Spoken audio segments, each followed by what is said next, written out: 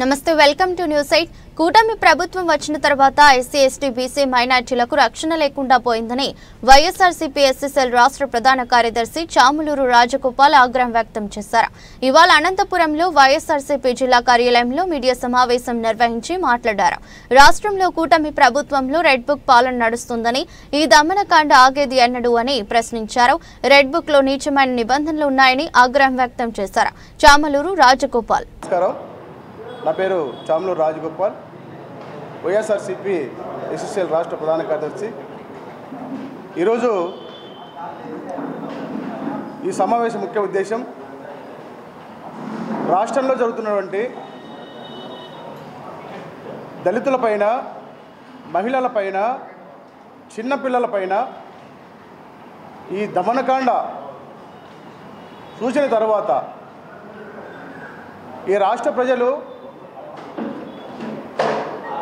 భయభ్రాంతులకు గురవుతున్నారు. తన పిల్లల్ని స్కూలు పంపించాలంటే భయపడుతున్నారు. మహిళలు బహిర్భూమికి పోవాలంటే భయపడుతున్నారు. ఏదైనా కూలి పనికి వెళ్ళి తోటల్లో పని చేసుకుని ఇంటికి క్షేమంగా రాగలమా అని భయపడుతున్నారు.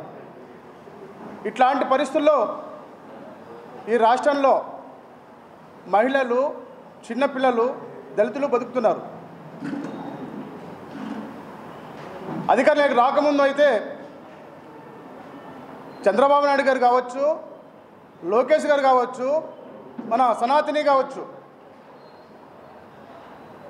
మేము వచ్చిన తర్వాత ఇప్పుడు రాష్ట్రంలో అరాచక పాలన జరుగుతూ ఉంది, మేము వచ్చిన తర్వాత రామరాజ్యాన్ని తీసుకొస్తాం, ప్రశాంతమైన రాజ్యాన్ని తీసుకొస్తామని చెప్పిన ఈ ప్రబుద్ధులు నేడు ఒక అనంతపురం జిల్లాలోనే 72 మిస్సింగ్ కేసులు నమోదైనాయంటే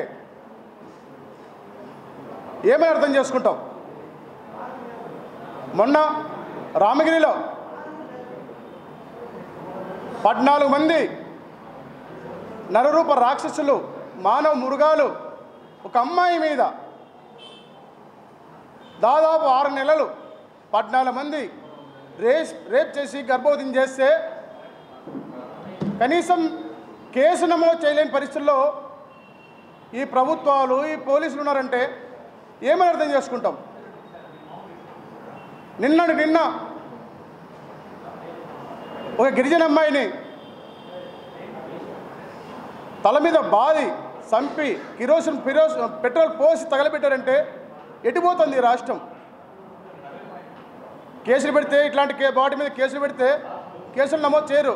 అదే వైఎస్ఆర్ కాంగ్రెస్ పార్టీకి సంబంధించినటువంటి కార్యకర్తలు, నాయకులు చిన్న తప్పు చేస్తే లేదా తప్పు చేయకపోయినా టార్గెట్గా ఉంటే, గొంతు విప్పి మాట్లాడుతూ ఉంటే అక్రమ కేసులు బనాయించి ఇతర రాష్ట్రాల్లో ఉన్నా కూడా గాలించి అరెస్ట్ చేసి జైలు పంపుతున్నారు. సాక్షాత్తు ఇక్కడ గిరిజన అమ్మాయిల్ని, దళిత అమ్మాయిల్ని చంపి దారుణంగా చంపి రేపు గురి చేస్తామంటే ఈ చట్టాలు మీకు పనిచేయవా? మీరు సపరేట్గా ఏమైనా రాజ్యాంగంలో రాసుకున్నారా? రెడ్ బుక్ అనేదాన్ని ఒకదాన్ని పెట్టుకున్నారు. నేనైతే రెడ్ బుక్ రాజ్యాంగాన్ని అనను, ఎందుకంటే రెడ్ బుక్ రాజ్యాంగాన్ని నేను కించపరచను. వీళ్ళు పెట్టుకున్నది నీచమైన నిబంధనలు. ఆ రెడ్ బుక్లో నీచమైన నిబంధనలు పెట్టుకొని ఈరోజు ఆ నీచ నిబంధనలు అమలు పరుస్తున్నారు.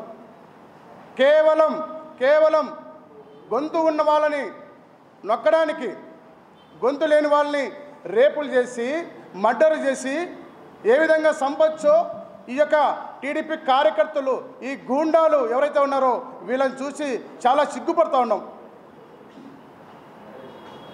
ఎటుపోతున్నాం? అసలు మహిళలంటే గౌరవం లేదా? మనం నీటికి మొన్న మా భారతమ్మ మీద కానీ, మా జగన్మోహన్ రెడ్డి సార్ మీద కానీ అబాండాలు వేస్తూ ఒక సీనియర్ పాత్రికేయులు పొరపాటున ఏదో మాట్లాడినాడని చెప్పేసి మాకు సంబంధం లేని మా భారతమ్మ మీద కానీ, మా జగన్ సార్ మీద కానీ అబాండాలు వేస్తున్నారు. ఆయన ఎవరో మాట్లాడితే మాకేంటి సంబంధం? మరి మీ సింతంనేని ప్రభాకర్ గారు సాక్షాత్ ఒక మెజిస్ట్రేట్ ఎంఆర్ఓని జుట్టుబట్టి లాగి కడుపులు తంతే మరి చంద్రబాబు నాయుడు గారు చేపించారా? మీ యొక్క ఎమ్మెల్యే, ఇప్పుడు ఎమ్మెల్యేగా ఉన్నటువంటి కొలికిపూడి శ్రీనివాసరావు గారు టీవీ డిబేట్లో విష్ణువర్ధన్ రెడ్డి అనే బీజేపీ నాయకుడిని చెప్పుతో కొట్టిన సంఘటన మనం చూసినాం. దాన్ని మీరు చేయించారా టీడీపీ వాళ్ళు? అవన్నీ మీరు చేసినారని ఒప్పుకోండి. అది లేదు. మీరు మాత్రం చేసేటువంటి ఒప్పులు మా నాయకుడికి కానీ మా కార్యకర్తలకు కానీ ఎవరు ఏమి చెప్పకుండా ఏం తెలియకుండా అనుకోకుండా జరిగిన సంఘటనలు మమ్మల్ని నిందిస్తారు. ఈరోజు సీనియర్ పాత్రికేయుల్ని కొమ్మినేని శ్రీనివాసరావు గారిని మీరు అరెస్ట్ చేస్తారు. చాలా దారుణంగా ఈ పరిపాలన ఉంది. ఈ సనాతని ఎవరైతే ఉన్నారో ఆయన కాన్స్టిట్యున్సీలో కూడా ఒక మహిళని, ఒక చిన్న 8 ఏళ్ల బాలికని 45 సంవత్సరాల ప్రబుద్ధుడు ఆడుకుంటుంటే తీసుకెళ్ళి రేప్ చేసి చంపేసి బురదలో పాతి పెట్టాడు. దానికే సమానం చెప్తున్న సనాతని పవన్ కళ్యాణ్. మంగళగిరిలో కూడా ఇలాంటి దారుణాలు ఎన్నో జరిగినాయి. తిరుపతిలో ఒక హాస్పిటల్లోకి వాళ్ళ బంధువు వెళితే ఆ బంధువులు వెళ్ళినప్పుడు వీళ్ళ పేరెంట్స్ వెళ్ళినప్పుడు ఆ చిన్న పిల్లని తీసుకెళ్ళి హాస్పిటల్లో ఉన్నప్పుడు ఒక మానవ మృగం ఆ అమ్మాయిని మాయమంటలు చెప్పి పక్కనే ఉన్నటువంటి స్కూల్ పక్కన తీసుకెళ్ళి రేప్ చేసి చంపేసి ఆ బురదలో తొక్కిపెట్టేశారు. దాని గురించి మీరు ఏం సమాధానం చెప్తారు? ఒక్క కేసునే నమోదు చేశారా? ఒక్క నిందితుడన్నా మీరు శిక్షించారా? ఒక్కడైనా జైలు పంపించారా? ఇవన్నీ లేవు. రాష్ట్రంలో జరుగుతున్నది అరాచక పాలన, ప్రజాస్వామ్యబద్ధమైన పాలన కాదు. డాక్టర్ బిఆర్ అంబేద్కర్ రాసిన రాజ్యాంగంలో ఉన్నటువంటి నిబంధనల ప్రకారం ఇక్కడ ప్రభుత్వం నడవట్లేదు. కేవలం ఈ దమనకాండ, ఈ నీచాతి నీచమైన ఇంకొక పార్టీ ఉండకూడదు, ఇంకొక నాయకుడు నోరు విప్పి మాట్లాడకూడదని అందరి మీద కేసులు నమోదు చేస్తూ, అందరి మీద మీరు దమనకాండ చేస్తూ, ఈ రాజ్యాంగాన్ని ఉల్లంఘిస్తూ మీరు ఈ పరిపాలన సాగిస్తున్నారనే విషయం ప్రజలంతా గమనిస్తారు, మహిళలంతా గమనిస్తారు. నిజం చెప్తున్నాం, మీకు పుట్టగతలు లేవు. మీకు ప్రజలు చాలా ఆవేశంగా ఉన్నారు.